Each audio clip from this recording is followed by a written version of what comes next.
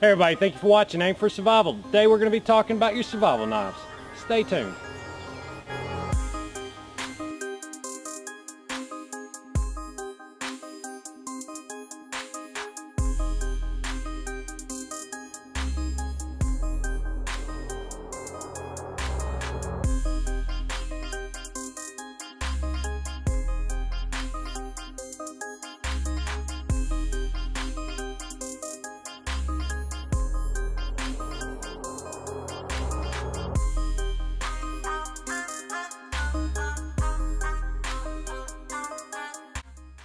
Okay everyone, we all know that one of the most important items in a survival situation is your cutting tools.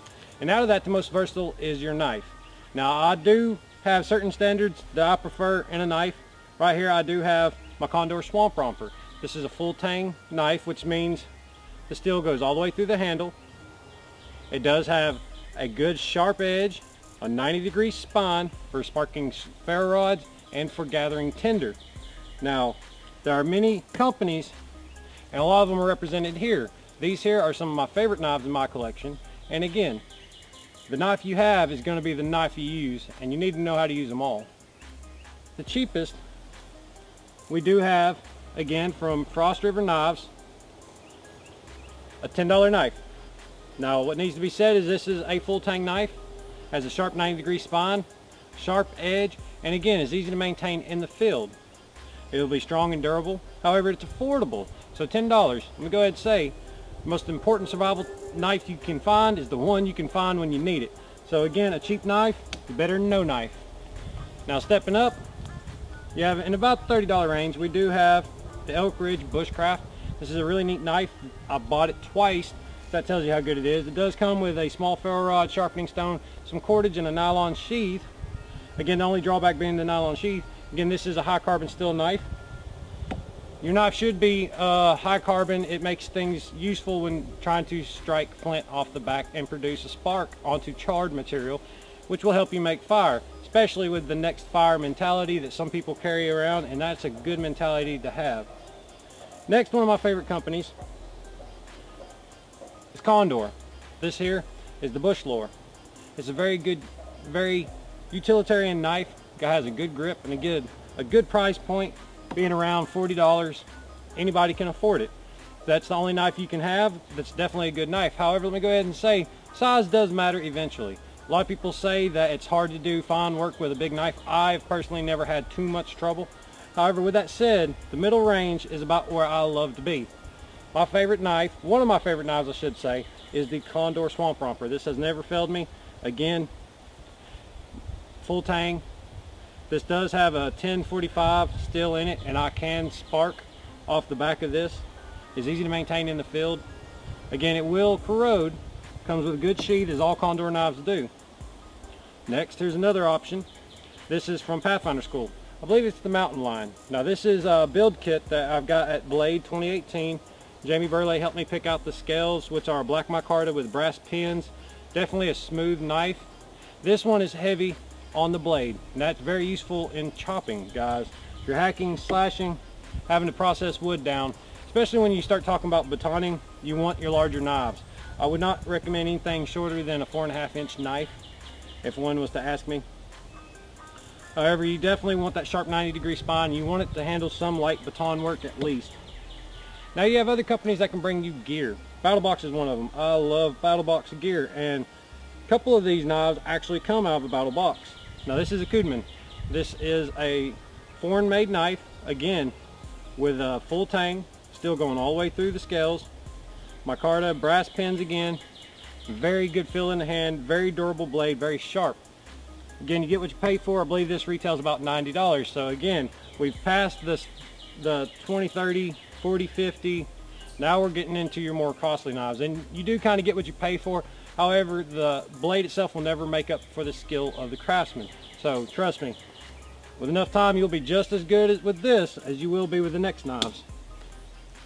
Next, probably one of my favorite knives right now is the Esee 6. This is the CPOD. Guys, this pretty much means it does have the olive drab sheath, one I've modified to carry a ferro rod. Again, going back to that 90-degree spine, being able to strike a ferro rod is very important to me. This one is unique as it does have a blade on the back. So again, be careful. I did not expect that when I got the knife, but that's okay too. I have affixed a small custom lanyard with a ferro rod striker on the end here. Now we're in the big knife ballpark, everyone. We really are. And while a machete works really good, again, a big knife can fill the gap. We have here one of the most popular knives, Becker BK7, guys. This has been customized. I've stripped the coating down. I've used this blade for a couple of years and I love it. Definitely, if I know I'm only have one tool with me, this is usually what I'll carry, if not the Esee 6 now. I've modified it and put a sharp 90-degree spine on the back, put a custom edge on here so that it is shaving sharp. The hairs pop right off. And again, this is definitely a good beater knife. This is one you can baton, you can chisel with. The tip itself can fail, but again, you can re-profile this blade. It is definitely a heavier option. With that said, I had a custom sheath made from an Italian leather worker down in Florida. Don't remember his name, but I've attached a really thick 1/2-inch ferro rod. Again, if I only have one tool in the field and it's going to be my knife, you want to invest into your knife. Again, custom sheath makes things very comfortable, very unique for whatever skills you bring. Last but not least, one I think that deserves mention, and again, this one comes from a BattlBox. It is the Matt Graham primitive bush knife. This is again a big knife, great for chopping. It has unique designs on there, and don't be afraid to try out different knife designs. This one is definitely great for boring through materials, getting ready for, say, bow drills, making a bow drill socket, or your initial impression into the hearth board.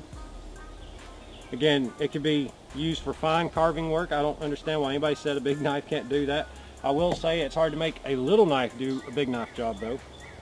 Real quickly, let me go ahead and say one of the biggest things I look for when I buy a knife, unless I really like it, is the sheath it comes with. This Condor Swamp Romper comes with a very nice sheath.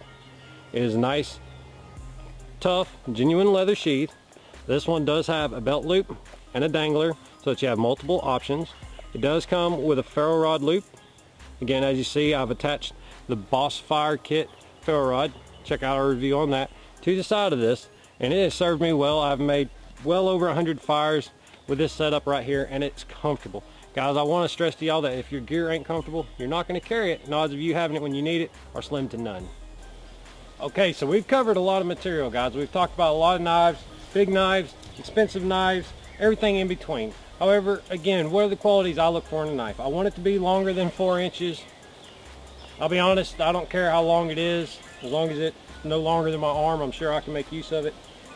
I do want it to be able to throw sparks when I hit it with a rock, with a harder Rockwell hardness than it. Again, I want to be able to use it to make fire in the field.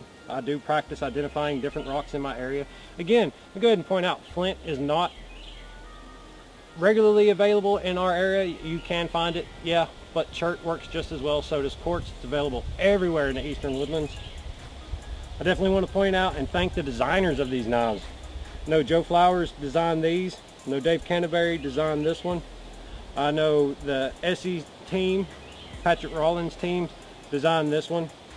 Mr. Becker helped design this knife. Again, very good, very sturdy.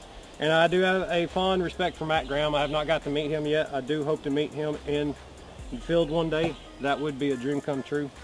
But again, these are all hard use knives. And again, it's all about the craftsman, guys. It really is.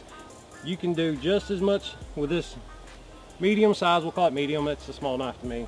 You can do just as much with this knife as you can with this $90 Becker. Again, take your time, practice knife safety, get sheaths that hold ferro rods where you can have your cutting tool and your fire in one location. Practice putting lanyards on here so now you have cordage, combustion, and a good cutting tool. So again, guys, your cutting tool is a very important piece in your kit. I appreciate you watching. I hope you enjoyed looking at some of my favorite knives. I look forward to seeing you post pictures on the Facebook page of yours. If you haven't already, smash that like button, comment down below, subscribe, and as always, when you aim for survival, don't miss.